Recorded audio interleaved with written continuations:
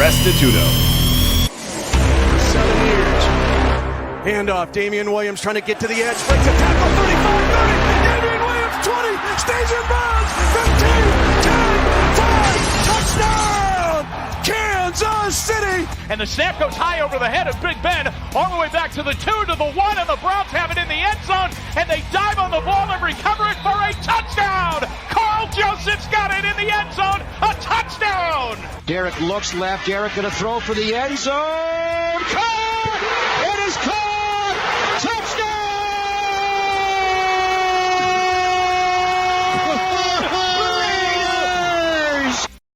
Welcome to the Rest Stop. It's February 9th. It's a Tuesday. I'm Brad Restituto. We come to you on this show live every Tuesday and Thursday, 9 o'clock Pacific time. Please stay tuned to this show. It's going to be a good one. We're going to break down all things Super Bowl 55. And stay tuned, ladies and gentlemen, because we're still on a buzz from Super Bowl 55, because what we witnessed is Tom Brady getting his 7th Super Bowl title and a feat and accomplishment in American professional football that most of us will never experience again in our lifetime.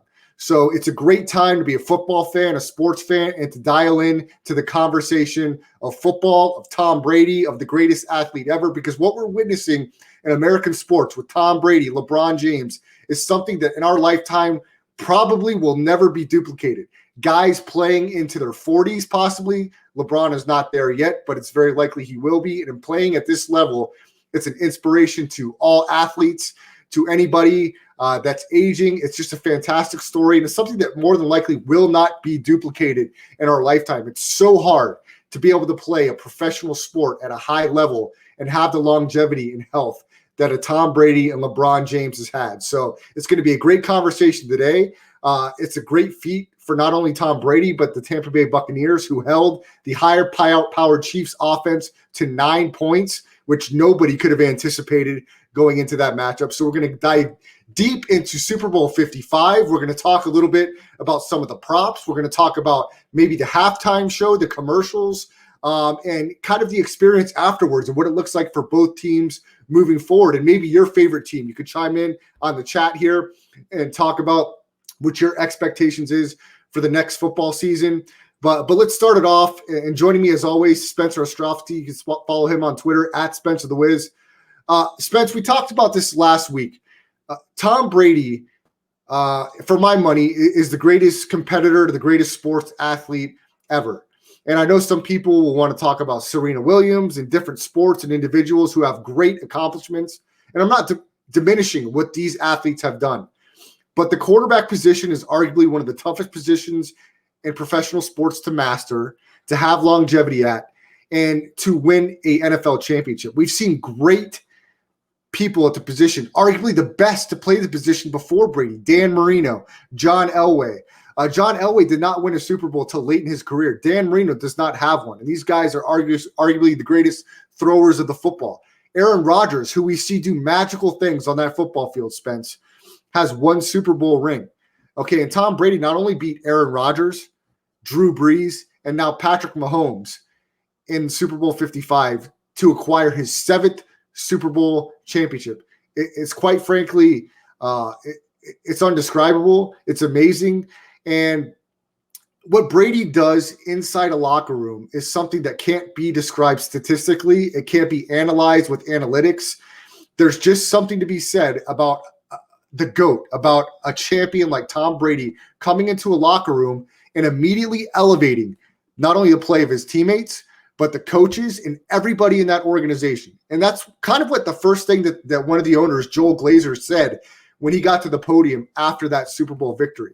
And I think a lot of people have a hard time understanding this.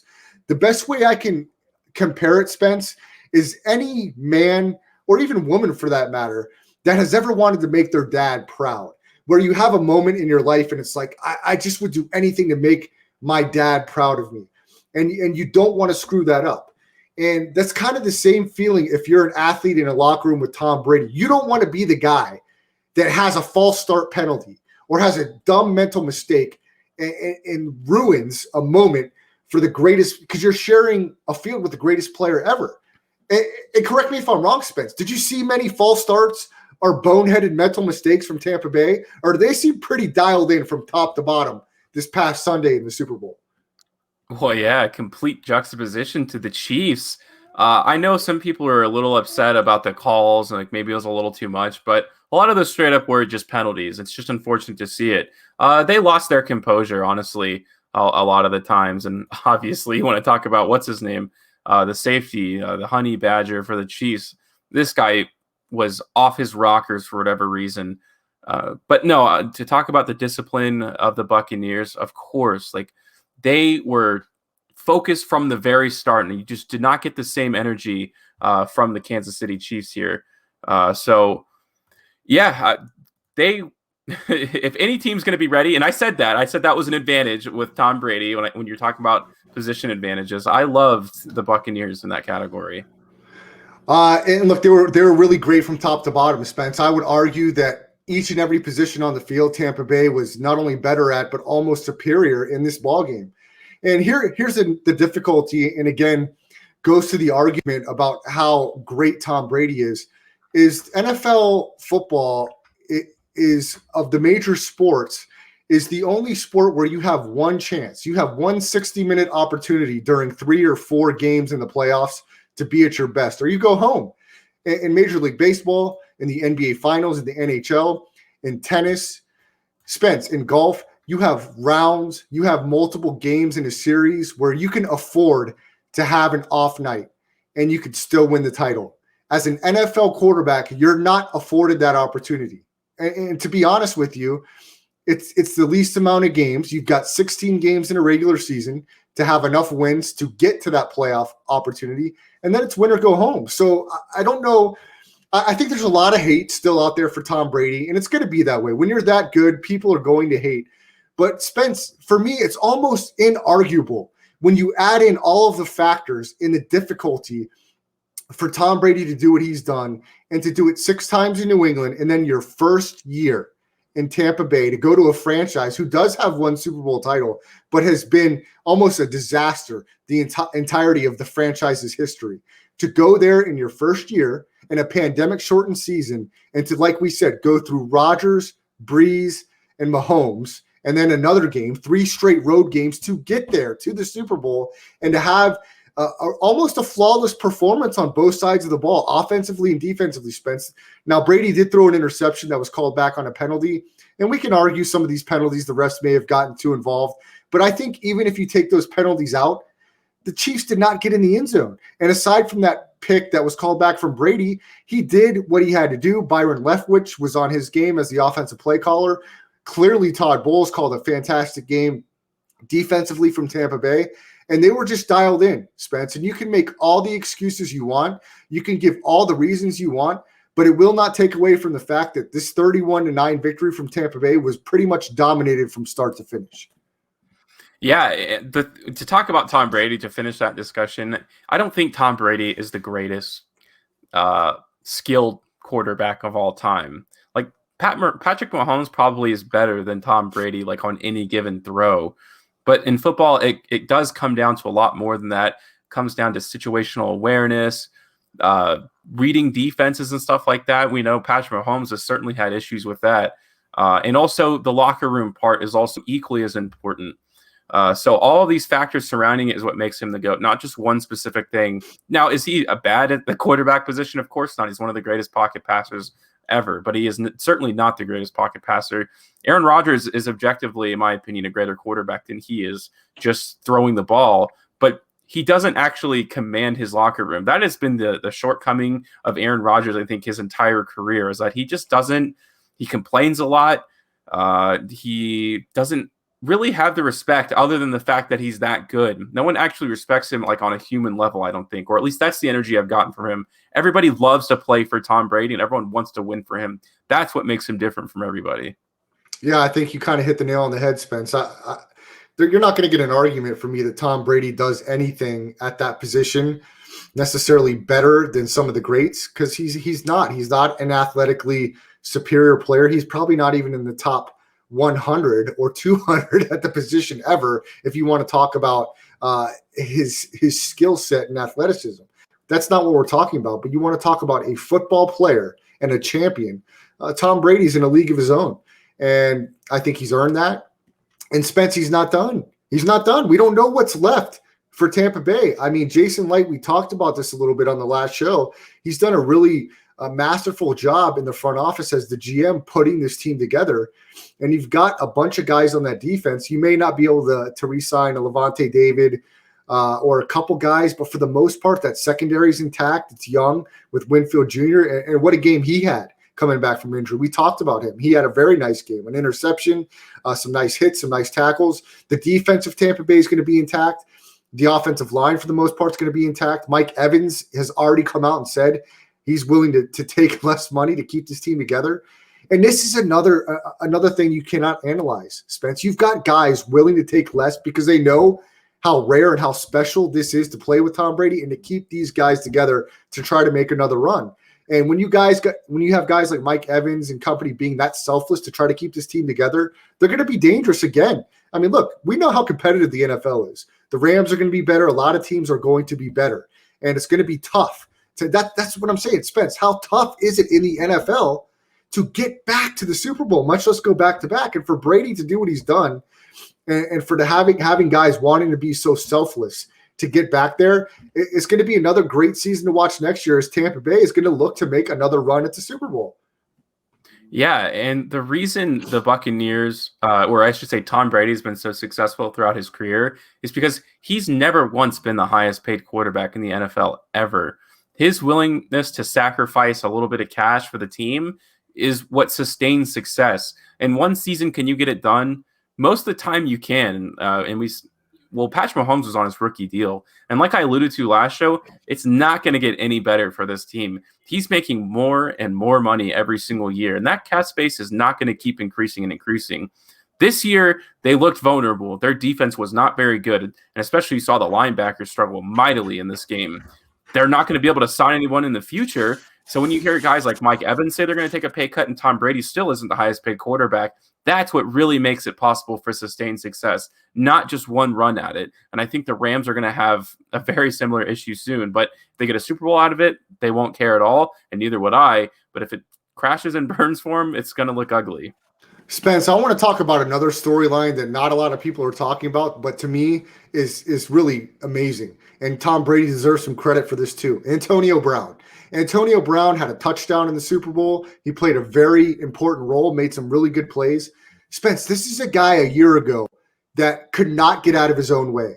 We were talking left and right about him on social media, in his personal life, that this guy is going to end up in jail, and there's almost no chance that he ends up back in the NFL because he was just being such a detriment to himself. This was the conversation less than a year ago. We were on this show talking about, will any team pick up Antonio Brown with all the trouble and baggage he brings in together? What happens? Tom Brady, the Tampa Bay Buccaneers, and Bruce Arians bring in Antonio Brown. Antonio Brown stays at Tom Brady's house for gosh knows how long during the season. And we don't hear a word, Spencer the Wiz, from Antonio Brown during this season. No Facebook messages, no Instagram posts, no BS. Antonio Brown minds his P's and Q's, shows up to work, and does what he has to do. And now Antonio Brown, that conversation is almost on the back burner of what he was, and he's a Super Bowl champion. How incredible is this? I mean, Spence, when you really think about it, we did not expect this guy to ever get out of his own way. And Tom Brady played an important role in bringing him there, and not only bringing him there, but hopefully helping his mental mindset dial in on winning a title. And Antonio Brown has a Super Bowl title. Yeah, I think this is what he's wanted all along. I think, well, when he was with the Raiders, he forced himself out of the organization. He didn't want to play for them. Is that on Mike Mayock for being a horrible GM? It is, 100%. He should have seen this coming. They didn't give up too much for him, so it wasn't a huge deal at the end of the day. But still, he always wanted to play for Tom Brady. He obviously went straight there when the Raiders released him like he wanted to. And then the organization was like forced to release him. But he always was just looking for a title, and he knew he could get it with Tom Brady. Just as some of the off-field stuff inexcusable, of course it is, but I think a lot of the antics come from the fact that he was just trying to pout his way into being on a team with him because he wanted to play with him, and he got what he wanted to do. So when he finally got to play with Tom Brady, because when he was with the Patriots, he was quiet as well. Like for the 1 week he was there, he didn't actually like say anything. So this was all just a big act, in my opinion. That's how I interpret this. Well, we may disagree on that. I do think Antonio Brown does have a lot of issues personally, maybe possibly mentally. But however you want to describe what Antonio Brown has done, he was on his best behavior as a Tampa Bay Buccaneer, and he rode his way to the Super Bowl and played a nice role, scored a touchdown, made a few catches, and he's a Super Bowl champion, and nobody will ever be able to take that away from him. So as much as we may think of him personally, I congratulate every player and coach on that team because you're a Super Bowl champion. And if you're a player or coach, nobody will ever be able to take that away from you, no matter what they say, no matter what you do. You're a champion, a Super Bowl champion, and that will last a lifetime and lifetimes beyond. So I congratulate everybody on that roster and that organization of Tampa Bay to do what they did and to really have it turned around in 1 year with the arrival of Tom Brady is something special. And to go through the road that they went through, 3 road playoff victories, going in, playing in your home stadium, which could have its own possible distractions, did not distract Tampa Bay. They got the job done and beat a team in Kansas City that only had 2 losses the entire season.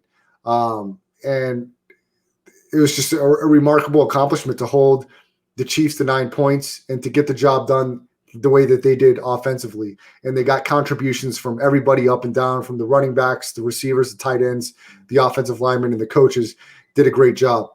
Spence, aside from the Super Bowl, did you have a chance to see the halftime show, and did you have any thoughts, and what was the buzz on social media from maybe some of the people you know and just in general about the halftime performance? And the halftime performance was from The Weeknd, who is he described as a pop artist? Yeah, I guess I would say so. A lot of my friends are big fans of The Weeknd, so they loved it. I like The Weeknd too. I don't really listen to that much music, to be honest with you, but I like some of his songs. I think he's catchy and everything like that. But there was a lot of like technical issues to start it out with. The whole like him being too close to the camera was like really disorienting. That's probably the best way to describe it. And then you could like the music was louder than him. Eventually it kind of caught up. And then when they got on the field, I guess it was okay. But he's like, he's just too in his head. Like he doesn't actually understand how to communicate with people, because when you see all the bandages on people's faces, that's really confusing. It looks strange. What he's really actually trying to say is that people force themselves like cosmetically to change in order to fit some sort of like societal expectations. So the message is actually nice, but if nobody knows that going into it outside of your fans, you're going to look a little silly. But I don't know. At the end of the day, you got to hear some of his hit songs. Not the best Super Bowl performance. Twitter kind of killed him, but personally, my friends liked it. So I guess it was a mixed bag. Yeah. Spence, I'm never big. I don't care who it is. I'm just not a big halftime guy. Like I love sports. I love the game. I love every moment of the game. I never get bored by a Super Bowl no matter what happens. I'm just a sports junkie, and I don't give a crap about the commercials, about that. I mean, this is just me personally, about the halftime show. I did think it was weird with the people with all the bandages that looked like underwear on their head. I didn't know what that was about. So I don't give too much stock into anything that happens. I'm not a big fan of most of the acts that they have, and I think a lot of them don't really perform live anyway. They lip sync or whatever. So, I mean, I could really care less. I did recognize some of the melodies. Like I've heard some of his stuff before, but I mean, aside from the underwear on his performers' heads, it looked like I didn't really care too much. So I'm not going to really give him a pass or fail grade whatsoever. I don't really care about it, Spence. I really care about the game. I always do. I always have, always will. That's just how I am. As far as the commercials go, Brian Bravo, like I'm not a big guy on making big political statements during your commercials. I don't understand the point really. And I thought Jeep did that with the Bruce Springsteen commercial. I didn't quite get it. It's silly to me. One thing I did like the Edward Scissorhands type thing, because I like the nostalgia. I'm a big 80s guy. That's a 90s movie, I know, but I thought that was kind of cool. So that moment stood out to me as far as the commercials go. What about you, Spence? Anything commercial-wise that was cool to you or inappropriate or anything like that? Yeah, I'm actually a huge fan of comedy, like just as an art form. So I'm a bit of a purist. I don't just like funny movies and stuff. I actually really like people like comedians and stuff like that who perform all the time. These commercials to me just prove that comedy truly is dead. Every commercial had like violins or pianos playing underneath it with some sort of greater message, we're all just trying to have fun during the Super Bowl. We went like everybody has been through a lot in 2020. It was a depressing year for like 90% of the population. So do I need it to be like laid on to me in the middle of a game where people are throwing a like a ball around like through lines and stuff like that? I mean, it's all ridiculous. That's what we should all recognize about the Super Bowl. It's silly. It's fun. It's a game. So when you have to sit through the commercials and you have to be very vanilla, everybody has to have some sort of serious message. It just kills me, man. It really bums me out. I didn't like any of them for the most part. The one commercial I did end up liking was Tom Brady and Gronk, but I don't know if they even aired that during the Super Bowl. I saw a replay of that one, Spence. It was like a telephone commercial. That was great. I don't know if we have the copyright to play it. I would like to. It was really good. I saw that on an ad I was watching on YouTube today, I believe, Spence. That was a great commercial. You're spot on. If you haven't seen that, check it out on YouTube. The Gronk Tom Brady commercial is really, really funny. That's a great call there by Spencer the Wiz. If you miss any part of the show live, make sure you check out the podcast version of the Rest Stop. You can check it out on Audio Boom, Google Podcasts, Spotify. Make sure you search Landry Football Conference Call, and the Rest Stop will be underneath there. Subscribe, like. My personal YouTube channel is Brad the Believer. Please like and subscribe there as well. And to watch us live, give us some likes and subscribes and send us some Bitcoin or whatever coin on the Twitch app or the Twitch website, www.twitch.tv/Chris Landry Football. Show us some love, myself and Spencer the Wiz. We have to take time and energy to put the show together. Show us some love on Twitch. And we appreciate everybody that jumps on and comments and gives us support on the show. We really appreciate that. And make sure to go to LandryFootball.com to check out some of the show links and everything that goes on under the Landry Football Conference Call there. So, Spence, back to Super Bowl 55. It was in Tampa this past Sunday. The Tampa Bay Buccaneers win the game 31-9. Tom Brady gets his 5th Super Bowl MVP. Let's talk about it from the Chiefs' perspective, Spence. Clearly, there were some distractions from the Chiefs' side. Andy Reid, head coach, his son, Britt Reid, is a linebackers coach for that team, was involved in an automobile incident that involved alcohol. There was a young family and a young girl that's in really bad condition in the hospital. It's a huge situation, a huge distraction mentally for Andy Reid as the head coach and the coaching staff around them. I don't know if that makes a direct impact on the field when you're preparing for the biggest game of the season, but it's certainly not a positive thing. This was a huge situation. It's a terrible error in judgment by Andy Reid's son. And like I said, and Spence, we talked about this. We talked about not hearing a peep from the Tampa Bay Buccaneers. And right after we said that, this situation comes up. It really wasn't talked about too much. Surprisingly, was not a big headline. They didn't talk about it in the Super Bowl broadcast till very late in the game. But it was a big deal, Spence. It was a huge deal. This is going to have ramifications going forward for Andy Reid and his son.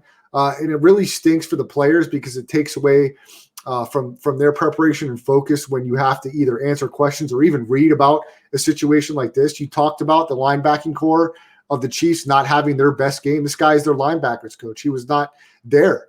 And if you have a close relationship with him, to know that he's put a young girl in almost critical condition has got to weigh on you mentally. So that sucks. And of course, our thoughts are with all of these people affected by this. But when you're preparing for the biggest game of the year, this is not something that you want to be talking about or reading about less than 72 hours before you're preparing for the Super Bowl. This is tough. We know that it was Kansas City's worst performance of the year. I am of the belief, Spence, that the outlier was the Buffalo game. I thought Kansas City has been teetering on the edge of getting beat handily 5, 6, 7 times throughout the year. I've talked about it, that they didn't cover a game for 4 months. I thought they'd get beat early. They got all they could handle from Cleveland. They played their best game against Buffalo, and they went not only back to what they've kind of been doing by not playing great, but they played one of their worst games of the year in the biggest game. So, Spence, you talk for a minute about Kansas City, not only in this game, but moving forward, and then possibly the distraction that was Britt Reid, Andy Reid's son, being involved in an automobile situation that involved alcohol. Yeah, to say that his son, like the whole situation with his son, had no strain on Andy Reid when it came to like game planning or coaching is a complete farce.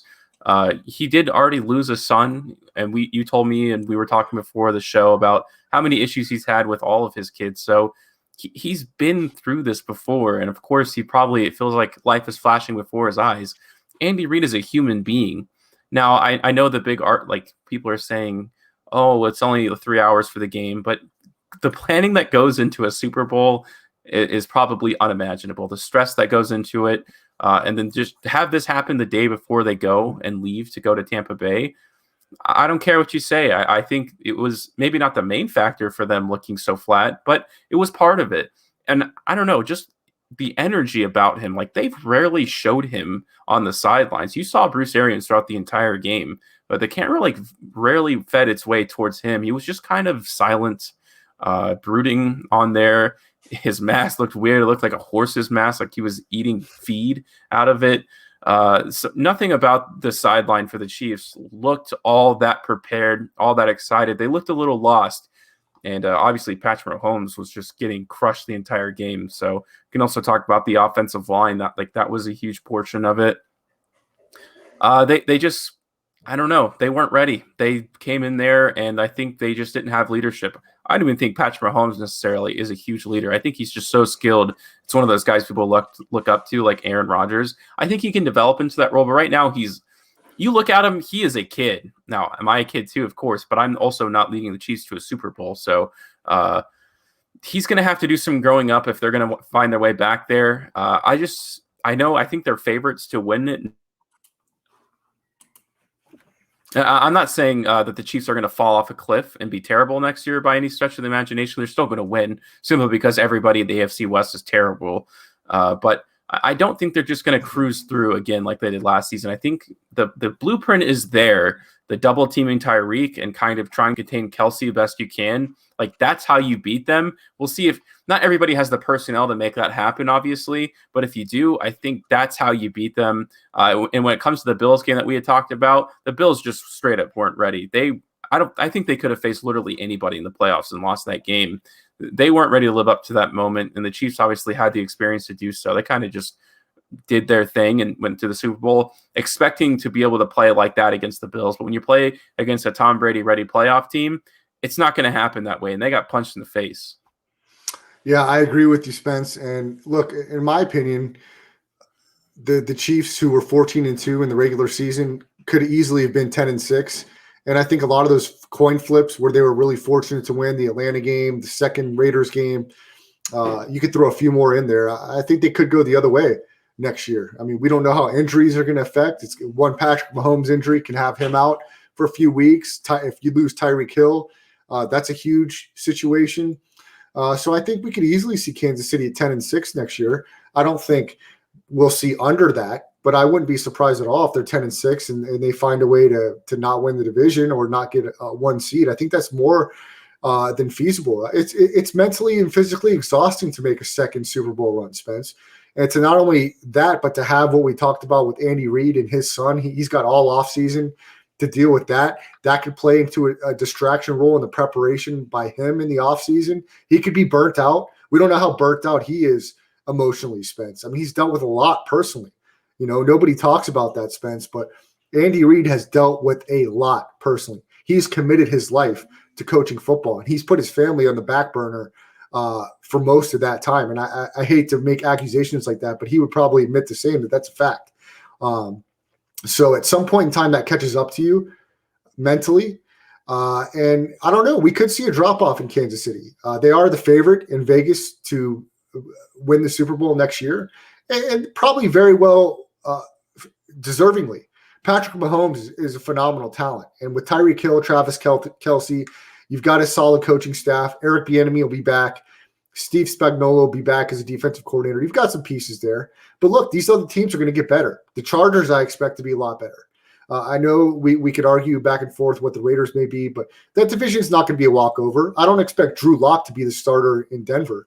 I think Denver could make a splash with their new GM and acquire one of these quarterbacks. I don't know who. But I definitely think the quarterback conversation is up for grabs with a handful of guys that could have new homes starting in 2021. So there's nothing written in stone, Spence, about how it's going to line up in the AFC next year. Kansas City's not just going to wake up, have everybody healthy for 16 games, and walk right back to the Super Bowl for a third straight time. I just don't think it's going to be that easy. We look at some of the improvement of some of these teams this past season. Jacksonville's going to be more competitive. You can guarantee that with Trevor Lawrence. The Jets won't be as bad. So who's going to be the worst team in the AFC?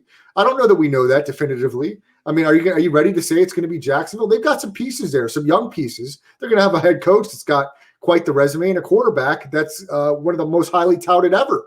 And that's a fact. So I'm not ready to jump right in, Spencer, and say Jacksonville is the worst team in the AFC and the Chiefs are going to walk right in and go to the Super Bowl for the third straight time.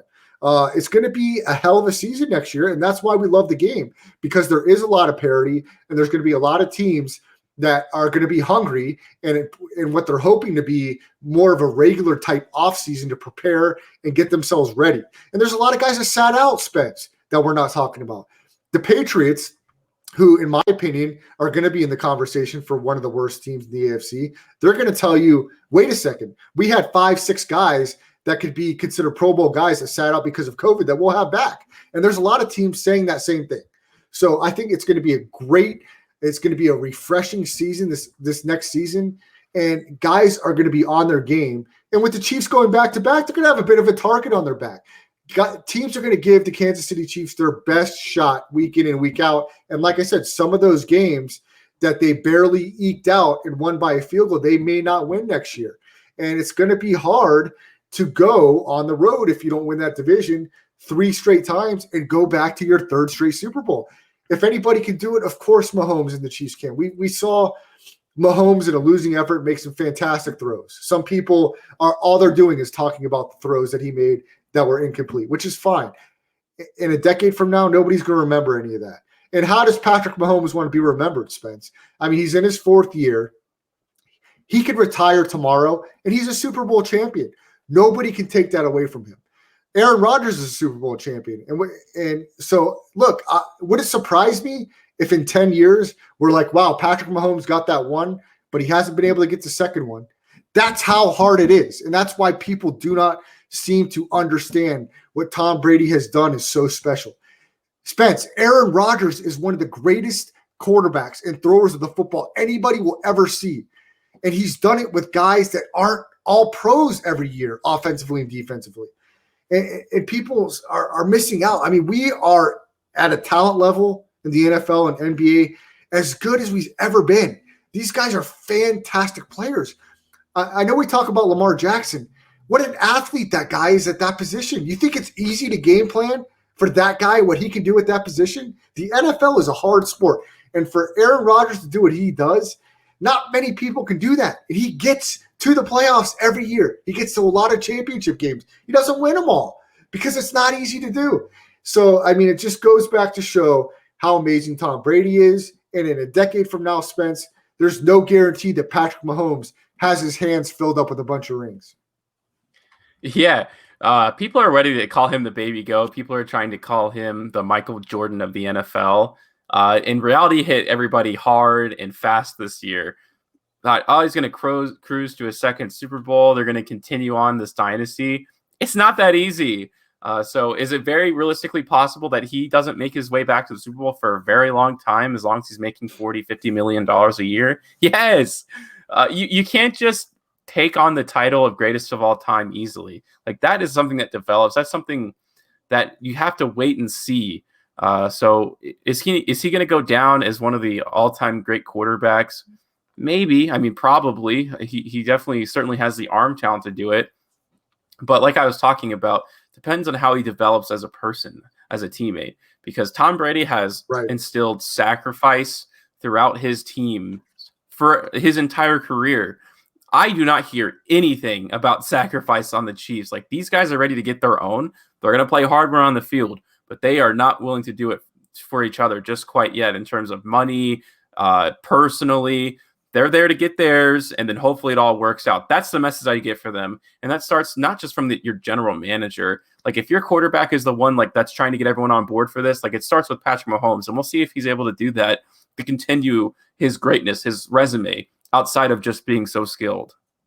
Spence, you've talked a lot to me and on the show about your relationship with your dad and him being a Raiders fan. You guys may have had this conversation already, but if you have not, talk to your dad about Dan Marino.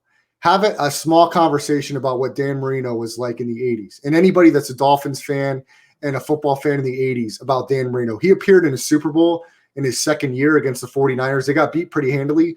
But Dan Marino had Mark Duper and Mark Clayton as his receivers, and they were a dynamic combination. And almost everyone universally expected Dan Marino to be in a lot of Super Bowls after that second year where he was in the Super Bowl for the Miami Dolphins. He never made it back. Never made it back. And Dan Marino is a Hall of Famer, and for my money is in my conversation of Mount Rushmore of quarterbacks. That guy was incredible. Brett Favre, 1 Super Bowl ring.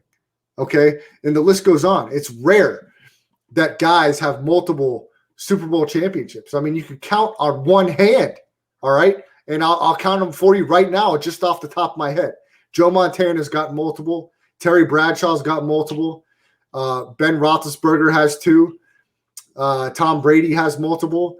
And off the top of my head, there's probably 2 or 3 more, if even that. But those are the most notable off the top of my head. And there may not be any more. I'd have to sit down and go through the list. But that's really just about it, to be honest with you.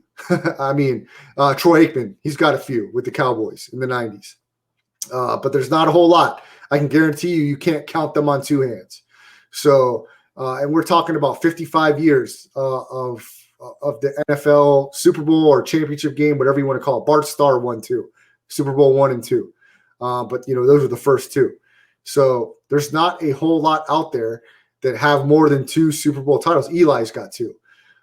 Okay, but that's probably 6 or 7 I've named. Dan Marino went to 1. John Elway got 2. Okay, but late in his career, he went back-to-back. It's just not a thing that happens every day. Do I anticipate seeing Patrick Mahomes and the Kansas City Chiefs in the Super Bowl again multiple times? Yes, I think they're that good, and I think having Hill and Kelsey will give them a great opportunity. But I do believe, without a shadow of a doubt, that the AFC conference is going to be better. And these guys that are coming up, look, Justin Herbert, I talked about Trevor Lawrence. These guys are going to be playmakers. I mean, Brian Bravo wants to talk about Baker Mayfield. I don't know that I'm ready to crown him anything that's going to I don't think the Browns will make a Super Bowl appearance in my lifetime. That's just my opinion. But it's going to be really fun to watch. If you love the game of football, you are going to enjoy watching it from years to come because there's no guarantees. And that's what makes it fun, Spence, is there's no guarantee that anybody will be back there again. Just like a lot – and Spence, you talked about it. You gave Tom Brady the noodle arm Brady comparison. You did not think that Tampa Bay was going to make it back to the Super Bowl, much less win the Super Bowl, or Tom Brady, I should say. So that's how unexpected it is. And that's what makes it fun about the Tom Brady discussion is because this guy's on number 7 and he's not done yet. So it's going to be fun to talk about. It's going to be fun to watch. And the offseason is now. We can already start preparing the conversation about your favorite team's draft position, what they're going to do in free agency, because all these things are going to matter going into next year. I know you're disappointed, Spence. You're not thrilled with what your Raiders will be doing in this offseason. Hopefully for here in the city of Las Vegas, in the state of Nevada, I'm rooting for the Raiders to have a great off year. I want them to come out in year 2 with fans in the stadium, at Allegiant Stadium, and I want them to compete for a division. And I'm hoping that happens. But we have to wait and see. Spence, look, let's be honest. They could make a splash. It's not going to happen. They could make a splash. I promise you. Well, whether it's going to happen or not, look, you can't argue with me that they may not make a splash at the quarterback position. They may trade. They may have a different. Doesn't matter, though. Who cares? I don't care if it matters. It'll be a great conversation and fun to watch if they make a big move at the position. I've wanted the Raiders to be good my entire life. Every single year as a kid, I was like, Dad, I think this is going to be the year. I had that not arrogance, but just that hopefulness as a kid that maybe they'll turn things around this year. But as I get older and I realize how terrible the organization is run, it's not going to happen in the next 5 years. That's guaranteed. So we got to get that out of the way. Would I love to see the Raiders be awesome in Allegiant Stadium when I go next year? Yes. It's all I want out of them. I have never been a fan of a successful organization in my life. Outside of the Cubs, there's the only team that I support have won a championship in my lifetime. The Raiders are not going to add to that list because we want them to, because the city of Vegas wants them to. That's not how it works. They got a bunch of unnecessary hype saying they're going to make the playoffs this year. For what reason? I have no idea. Probably to sell like the team to the city. But the reality is they are the worst defensive roster in the NFL, and you can't change that in one offseason, especially when you have a guy like Mike Mayock as the GM position who's going to waste another draft pick this year. And I have to watch a full year of Cleveland Farrell and Jonathan Abrams play football again. That is ultimate torture. That is what I don't know what I did to deserve to watch Cleveland Farrell and Jonathan Abrams play for my team, but for whatever reason, it's happening, and I'm going to have to watch it again for at least this year and probably next before they finally get cut and I can sleep easy at night. That's Spencer the Wiz. Follow him on Twitter at Spencer the Wiz. This is the Rest Stop every Tuesday and Thursday. You can watch us live 9 o'clock Pacific time. Download the Twitch app. Search Landry Football Conference Call. The Rest Stop will be underneath there. NFL football we're talking about. Spence, the next hottest name in the quarterback discussion this week, Carson Wentz. And it's being reported left and right that Carson Wentz could be on the move. The Bears are in the discussion. The Colts are in the discussion. Does this get done sooner or later? Carson Wentz on the move from Philadelphia. And where does his career go from there? I am a Carson Wentz fan and believer. I believe wherever Carson Wentz lands, he will be a winner. I think this last year and a half is an outlier. I don't think it's the norm. And I think the MVP Carson Wentz is the guy that we'll see for the most part of his career moving forward. That's my thought. That's my belief. And I think whoever pulls the trigger to acquire Carson Wentz is going to be in great shape. What are your thoughts, Spence? He just needs to go to a smart coach. That is essential because he's not a very smart person. When he's on the field, he doesn't make smart decisions. So he kind of needs a coach to do that for him. I actually think he'd be very successful in a Sean McVay offense where he kind of tells you how to play. I don't know where he ends up. If he ends up on the Patriots, I think that would probably be the greatest destination for him. If he goes to someone like the Bears, which he won't, but I'm saying if he did, I don't think Matt Nagy would be able to coach him enough because obviously he doesn't know what to do with quarterbacks at all. So hopefully a team doesn't take him just expecting at face. Spence, you broke up there. Hopefully, sorry. Hopefully a team doesn't take him at face value and just is like, here you go, just be successful. He needs more than that to do it. And hopefully he goes to the right situation or else his career is going to be continuing this downward spiral. We'll see. I do think he has a little bit left in the tank. He's not going to be omni-successful in any team. So we'll have to see where he goes. And the Eagles want too much for him, or at least Adam Schefter is gassing up this deal to the next level. I'm not really sure if he's the one perpetrating that or what kind of news he's getting. They're not going to get as much as they got for Matthew Stafford. That doesn't even make sense. He hasn't been as successful. I'll tell you this, Spence, if I could forecast and I knew that that Carson Wentz was going to the Bears, I'd immediately put $50 on the Bears to win the title because I think if Carson Wentz is the Bears quarterback, I think they win that division. And I think they have a really good chance of going to the Super Bowl. That's my opinion. You heard it here first, so save this clip. Wow. Spence, if Carson Wentz goes to the Bears, I am predicting the Bears to win the division and play in the NFC Championship game. So why do you think that's a huge for them to be not good to go all the way to the Super Bowl? Why do you think Matt Nagy can do that as a coach even? Well, I'll tell you this: they made the playoffs. I know they backed in this past year. They'll have Tariq Cohen back healthy, which is another weapon. And I think Carson Wentz is a guy that look, like I said, I think the MVP Carson Wentz is more of the guy you'll see on a consistent basis than the guy we've seen over the past year and a half. I think with Allen Robinson, with Cole Kmet, I think they've got the weapons that Carson Wentz could help elevate the play. And I think that defense is already pretty good. I do. I think that the Bears will win the division and will play in the NFC title game against who I don't know if Carson Wentz is the quarterback. And if I had $50 and I knew that was going to be the case, I'd be putting it on there. Now, I don't know what the Bears would need to give up to acquire Wentz, but if it is a Tariq Cohen or some other guys, that definitely maybe changes the conversation. But I think if the Bears stay healthy, I think they have enough where somebody like a Carson Wentz can bring them over the top. Look, the Bears beat the Super Bowl champion Bucs with Nick Foles. Okay, so look, Soldier Field in Chicago is a hard place to play. I've talked about that. And like I said, I'm a Carson Wentz guy. So I think Carson Wentz can elevate that Bears team where they want to go. Would you say that the same for the Colts? Do you say he would elevate them enough to go to the Super Bowl? I think it's so much different in the AFC conference with all those teams. So no, I would not say that. I definitely think that the Colts would have a really fighting chance. I mean, they very nearly beat Buffalo with Phillip Rivers.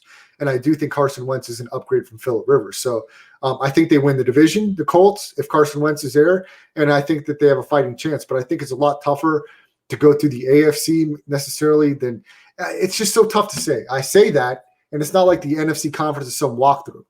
So I think if Carson Wentz goes to the Colts or the Bears, they both win the division with him as their quarterback. What other team in the NFC do you think he could just take and make them go to, let's say, if we're going to keep it in the NFC, which is a little easier in my opinion, what other NFC team could he go to and make them like NFC champion contenders? Yeah. It's tough to say. Let's go down the list off the top of my head. He's on the Eagles. The Saints. Wow, that's a great call there, Spence. Yeah, I think the Saints could be right where they were a year ago with Wentz, and I think they would team Wentz with Taysom Hill, and yeah, I think that'd be a really nice fit if Michael Thomas comes back healthy. I think he could definitely elevate them back into the conversation of competing for the NFC. So certainly. Brian Bravo mentions Washington. Yeah, I think Washington could be. That's a stretch. Well, look, Washington played Tampa Bay to one score with Taylor Heineke. So I don't know that I like that fit necessarily in Washington, but I think New Orleans, I think Chicago, I think the 49ers maybe. Yeah. Oh gosh, I think with him and Kyle Shanahan, I would certainly put a little bit of coin on the Niners to get back to the Super Bowl if Carson Wentz was a quarterback. I think Carson Wentz fits what Kyle Shanahan likes to do offensively to a T. He's athletic. He can throw on the run. They like to establish the run. I think Carson Wentz would flourish under somebody like Kyle Shanahan. So it's going to be interesting. And look, the Eagles, in my opinion, without Wentz, look, Jalen Hurts is going to win you some games. If it weren't for Jalen Hurts, the Eagles may be in the worst team in the league conversation, but Jalen Hurts is going to keep them in games. But they're going to have to make a decision, Spence, the Philadelphia Eagles. They're going to have to analyze this next season with Jalen Hurts, if he's their guy, and find out from this season if he's going to be their guy moving forward. And they're going to make that evaluation in 1 year, because if they win 3 or 4 games, I think they're going to say, look, we don't know that Jalen Hurts is the guy that's going to take us to where we want to go, and see if they can flip him and get somebody else. And that's kind of the NFL we live in with these young quarterbacks. If they're not going to show flashes early on, it's going to be more leaning towards moving on. Dwayne Haskins already has a new home. The conversations in Miami about Tua are already there. So it's definitely, when you see a Justin Herbert and a Joe Burrow do what they do so early on, the expectation level of that position just rises twofold. Oh, yeah, definitely. Guys are all expendable. Like almost every single player is probably like, there's a very small hand list of players like Aaron Donald, Aaron Rodgers, even Aaron Rodgers has had conversations about trade.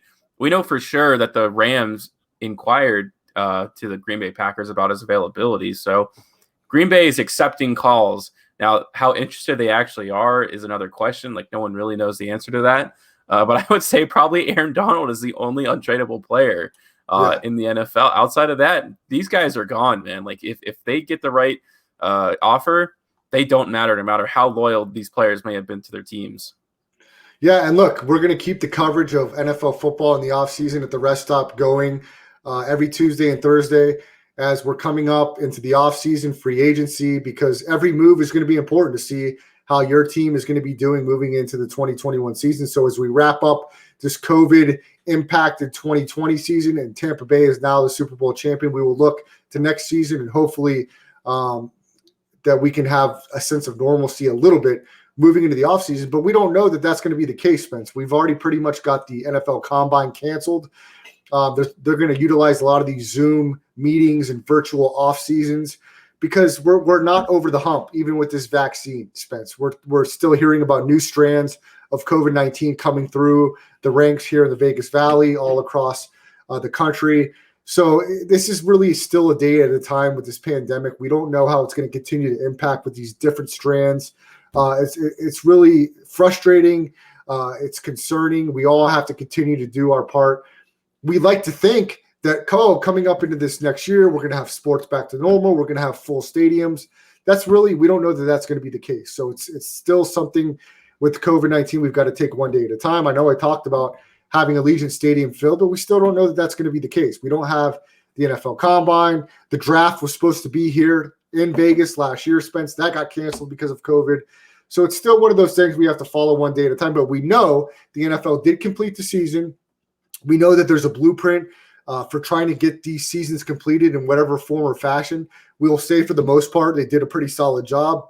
We didn't hear about any players or coaches having extended hospital stays due to COVID-related issues, no deaths that we know of. So that's a positive thing moving forward, that we can attack this. We do have a vaccine rolling out. We don't know how that's going to affect the new strands of COVID that continue to pop up, but it's something that we have to continue to monitor on a day-by-day basis. So, Spence, as we wrap up the last 9 minutes or so of the show tonight, let's hit the NBA, and let's go to the NBA scoreboard, and let's start off with the Brooklyn Nets, a team that we've talked about kind of frequently here in the NBA with the acquisition of James Harden. You have Harden, Irving, and Durant leading your team offensively. The Nets lose tonight, Spence, to a 6-18 Detroit Pistons team, 122-111. Jeremy Grant had 32 points in the victory for Detroit. James Harden had 24 in the defeat. Brooklyn continues to be inconsistent, Spence. They win a nice game. They lose a couple in a row. This team is hovering around 500, Spence. This is no guarantee that they're going to be a top 3 seed in the Eastern Conference come playoff time. And it's like 1 minute we're in love with them about how they played. The next minute they lose 2 games they should have won.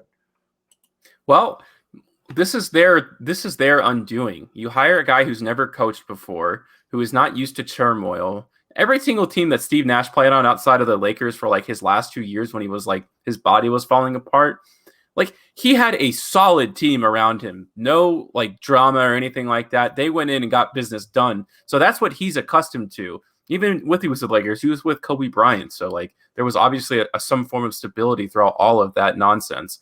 But now he's dealing with 3 guys who their primary objective outside of, actually I should say 2, two of these guys and the guys who are playing right now because Katie is out with COVID protocols, who basketball is not their number one priority in life. And when the 2 leaders on your team, quote unquote, are guys who don't care about basketball primarily, these are the kinds of issues that you're going to run into, losing to the Detroit Pistons and then randomly beating a team like the Clippers. This is not a game to lose. This is the worst team in the NBA by far. There is no one close touching them with the way they are performing. It's not going to get better, in my opinion. Will they play a little more consistent? Sure. They're going to be giving up 120 points a night from here on out. They just straight up don't have the personnel to do it. So that's not going to change. The only thing that can change is like turnovers, I guess, getting like shot distribution down. The fact that Jeff Green plays center position for them at a fairly consistent rate, they can't fix that. And when you're paying 3 guys the max deal each, you don't have any flexibility. You're not going to, like, we've actually kind of gotten away from the days of Golden State picking up vet minimums. That was kind of like the golden age of basketball where guys were willing to do that. There's money to be had for all these teams now. And obviously veterans are willing to take money if it means they play on a bad team. So they're not going to find quality vet minimum guys like Mo Spates. That day is gone. So I have no idea what they're going to do. And I think it's only going to get worse from here. Spencer the Wiz, the New York Knicks, they were in the trade market here in the last 48 hours. They traded Dennis Smith Jr. and another player, I believe, over to the Detroit Pistons, and the Knicks acquired Derrick Rose, former MVP. Derrick Rose gave a nice spark to the Knicks tonight. It wasn't quite enough. They did cover the number, but the Miami Heat, they won 98-96 over the Knicks. The Knicks are 11-15 on the year. Does Derrick Rose move the needle very much for New York? What do you expect from them with the acquisition of Derrick Rose? I like the acquisition of Derrick Rose. I think he's been a very serviceable player. I'm an advocate for him getting into the Hall of Fame. I feel like I'm the only one who wants him there. But he'll have a chance to score 16, 15, 18 points a game here, and he scored 14 tonight, like literally just getting cleared this morning. He was only going to get better. The only issue that you're going to find with the Knicks is their rotation. Tibbs loves Alfred Payton, so he's still the starter as of right now. Quickly is getting less and less minutes. I think that's kind of been the conversation throughout all of this. Is Quickly going to be the one who's forgotten, even though he's really kind of been rookie of the year in a sense, or top 3 in that discussion, in my opinion. I think eventually Derrick Rose is going to start for this team. He had a few really bad turnovers, but you expect that to get cleaned up the more time you practice with them. He's not played with these guys at all, but he's going to be a certain scoring machine for them in a sense, in certain spurts that they have been aggressively missing. Like not rarely, but there have been times where they do not score 100 points consistently, and they need to be able to do that. He actually had quite a good, I watched the whole game. He actually had quite a few good defensive possessions. Maybe not something you would expect. He actually ran around a screen and blocked Tyler Hero. It took a lot of effort. He got hit with a huge screen from Adebayo. So he's obviously all in on this team. This is where he wanted to go. I think that will be good for the Knicks for right now. But they got to start winning basketball games. They got to do it soon. They can't fall too far behind, even though the East isn't that good.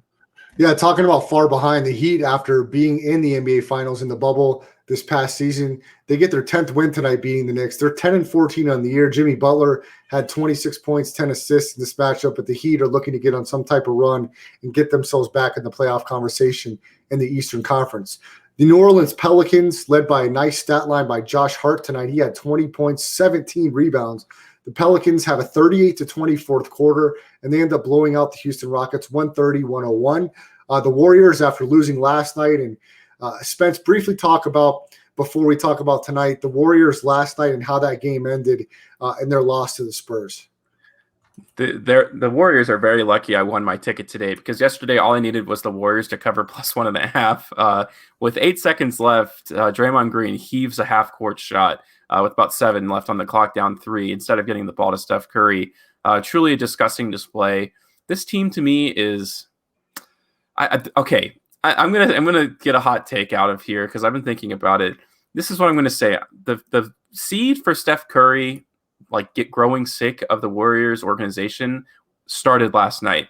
Will that seed ever grow? Will ever hatch? I don't know. But that game in particular, he looked mentally exhausted. He explodes with body language throughout his entire career. You can know how he's feeling on the outside. I don't think it's fake. He literally lets it all out there. He does not conceal anything. And just to look at him, actually during that last timeout, before they got the ball, sitting by himself on the baseline on a chair. He feels disconnected from this team. Now, can they turn things around when Klay Thompson comes back? Of course they can. All I'm saying is if it continues this way, that seed may hatch, and you just never know what can happen when a player like that grows truly unhappy with an organization who he feels he's given everything to. Well, Spence, the Warriors get back in the win column tonight. They beat the Spurs 114-91. Steph has 32 points in the win for Golden State. The Utah Jazz in the late game on TNT, they win 122-108. Jaylen Brown for Boston has been in and out of the lineup with injuries. He had 33 tonight. Donovan Mitchell had a very nice game. He had 36 points, 9 assists in the win for Utah. And Utah has an NBA best 20-5 record to start off the season this year. Portland, they moved to 13-10 on the year. They beat Orlando 106-97. Damian Lillard had 36 for Portland. And the 76ers, they get a road win against the Kings, who've been playing pretty well, 119-111. 18-7 record for the Sixers on the year. Joel Embiid had 25 points and 17 rebounds on the evening tonight. A couple of games to note on tomorrow's schedule. The Nets are back in action on a back-to-back. They take on the Indiana Pacers. Spencer, Memphis Grizzlies at home taking on the Hornets, and the Hornets have got a lot of solid play from LaMelo Ball. Spence, in about 10 seconds, give us your thoughts on LaMelo and the Hornets, who are 12-13 on the year. Yeah, they were the first part of my ticket yesterday that the Warriors lost me. They played a shorthanded Rockets team. So this is actually a team that's actually really fun to bet because Vegas, for whatever reason, just doesn't like them. They do play inconsistent, but when they play bad teams or teams that are going through a little bit of turmoil, shorthanded, stuff like that, they're a great bet because you always get them on short lines. That's the key. So that was a great one. Tomorrow, we'll see. My Memphis Grizzlies, unfortunately, are free falling right now, but that's okay. They're one of the youngest teams in the league, and I want them to be horrible this year. I hate watching them lose, but still, Pelicans are not a bad team to bet because they're never going to have a line. I don't think they've ever been more than 4-point favorites this entire season. And Lakers are at home tomorrow night, 7 o'clock Pacific time, Staples Center, taking on the Thunder. So another good show tonight here, Spencer the Wiz. We'll be back live 9 o'clock Pacific time on Thursday. If you miss any part of the show, make sure you check out the podcast version, Google Podcasts, Spotify, Audio Tune, or Audio Boom, Landry Football Conference Call. The rest stop will be underneath there. For Spencer the Wiz, I'm Brad the Believer. Have a great night, everyone. We'll see you back on Thursday. Yeah.